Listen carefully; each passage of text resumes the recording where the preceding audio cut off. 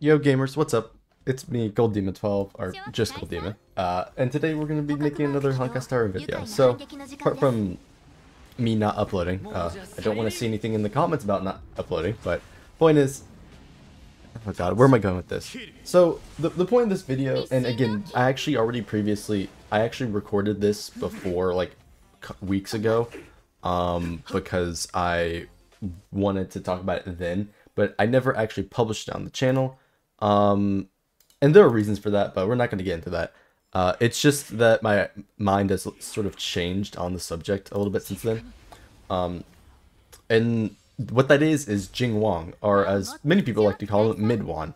What were my thoughts on him, and do I regret pulling him, right? That's going to be the title of this video. It's like, do I regret pulling Jing Yuan? Previously, I would have said yes.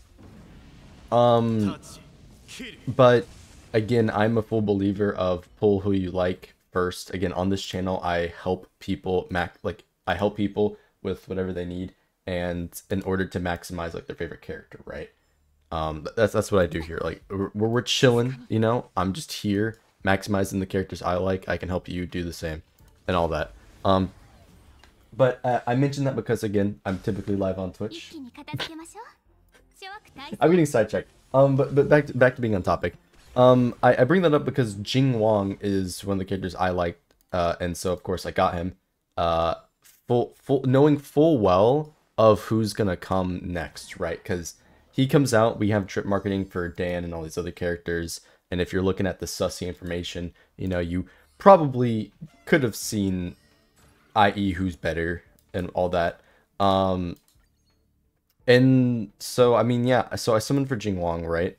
He's performing all right, but then after that first week, it's like, wow, he doesn't feel that great. And, you know, we had that event that doubled our drops, and so I full send and completely max him out. So my Jing Yuan is full max trace level. He is my only character, or actually, I don't think that's true. Is that true? I know I have all his talents. Yeah, okay. So he's almost full traced. I'm missing 2, the like level 80 attack boost and crit boost, right? But otherwise he's 100%, right? I got his best free-to-play light cone at level 80. He's got full gear. His gear is kind of mid. We're not going to talk about it. But he's E0, right? And so I've got this free-to-play E0 Jing Yuan, and I'm thinking, all right, he's doing pretty good, but he doesn't feel as strong as Zila. At the time, is fine, right? I'm like, oh yeah, he's still like the 4th best single target character, and he's like the best AoE character. Well, then Blade, Kafka, and then Dan comes out most recently. Oh god, that is a terrible role. But yeah, I mentioned that because there was a lot of debate whenever Kafka came out, whether or not she's better. I would say with the certain team, specifically in the DOT setup, she is. Outside of that, no. But that's a whole nother thing. I'm not gonna continue that conversation. But but in terms of like Jing Yuan himself, do I think he's good? Yes, but he is mid. I fully believe that mid Yuan is just completely true. And to sort of emphasize that, I wanted to talk about his situation and how Lightning Lord works and how he like functions in the game currently. So many of you know how Lightning Lord works, especially if you do have Jing Yuan. It's its own separate character in the turn order, right? And this is actually huge to how it affects the character. So it's follow-up attack damage, right? And you look at the other follow-up attack characters like Herta, Himiko, etc., right? They have their follow-up attacks as a part of their character, meaning that those follow-up attacks receive the exact same buffs as they would for that character's active buff. And the reason why I specify that is because of characters like Bronya and Ting Yun and Yukong. Asta, it's a bit different situation, which we'll get into. And so while you can buff up your Jing Yuan, right, with characters like Bronya, Ting Yun, and all that, and as long as those buffs are active on him, right, he will receive the bonuses, or the Lightning Lord will receive the bonuses, and that is actually the exact issue, the buffs being on him. See, the thing is, most of the time he is going before his Lightning Lord because you were trying to build up stacks, right? And so for a character like Bronya, Ting Yun, Yukong, well, guess what happens? You buff him up, but then the 3rd turn or 2nd turn passes, and the buff is gone from him, and the Lightning Lord doesn't get buffed, right? Because guess what? The buff is no longer on the character. It's passed. And that's why I actually bring those three up specifically, because Bronya, right? What this means is that Bronya's E skill doesn't do anything for him. Her ultimate still does stuff for him, right? And that's why it's okay to use her with him.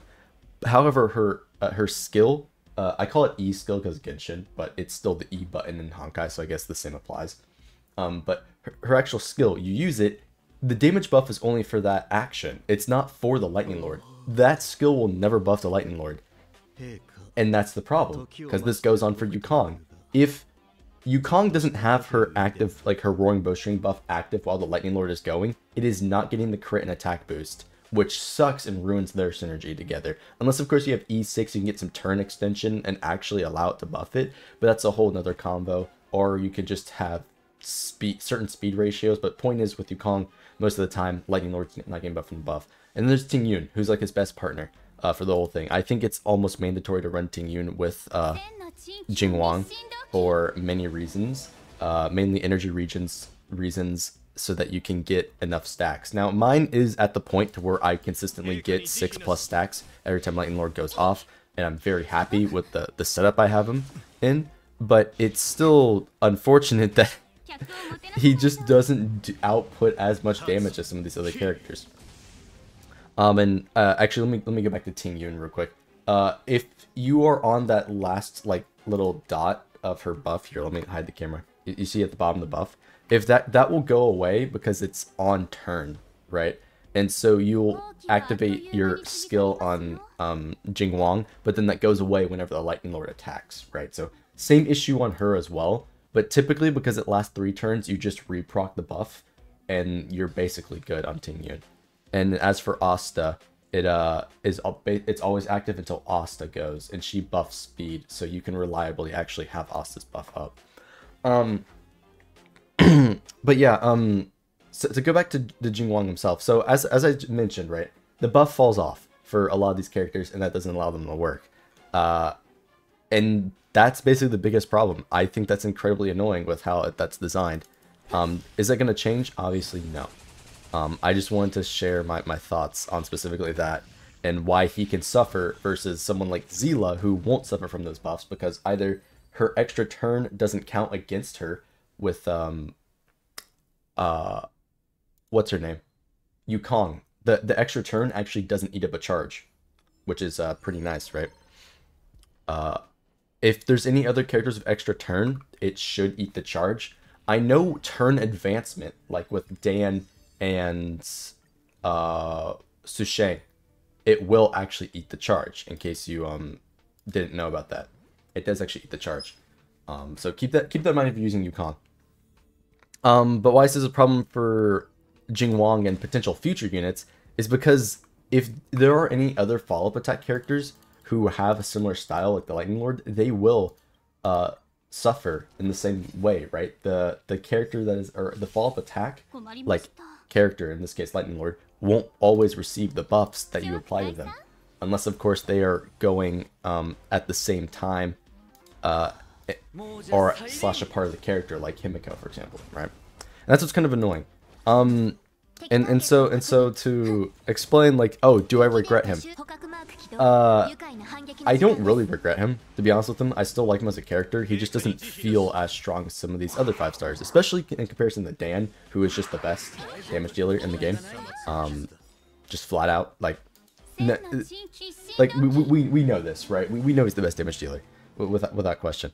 And so I'm not like over here coping. It's like, oh, Dan's better, Jing Yuan sucks, or anything like that. Like, no. I'm totally fine.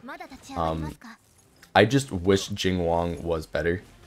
It's not like, I'm not like over here upset that I got him. You know, I can't really say I regret getting him. It's just, it's unfortunate the way that he is designed. He literally can't receive the buffs from these characters, right? And all that. He's still cool, obviously.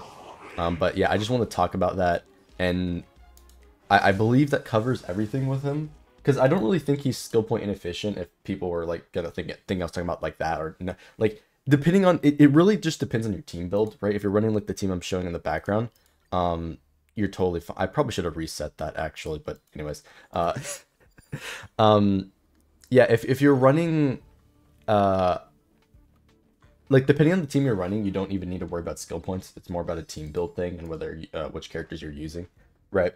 And however you actually min max their speed and all that stuff, right? All the complicated nerd stuff.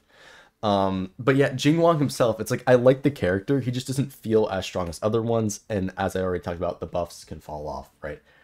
There's no real conversation to be had about any healers as they're gonna do their job and heal, right? And in terms of light cone options, again, Honkai has really good free-to-play options, or at least really strong 4-star and some 3-star options for a lot of characters. So that's not a worry for me at all.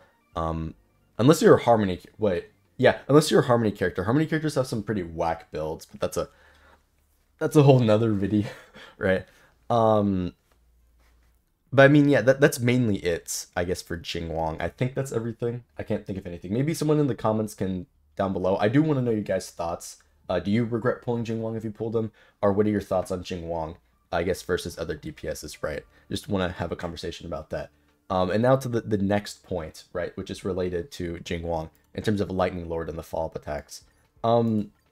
If we have any other future characters, wink wink, that have a similar style, they will suffer in that regard. Granted, if they self-buff or give buff to follow-up attacks, that's a bit of a different situation, right?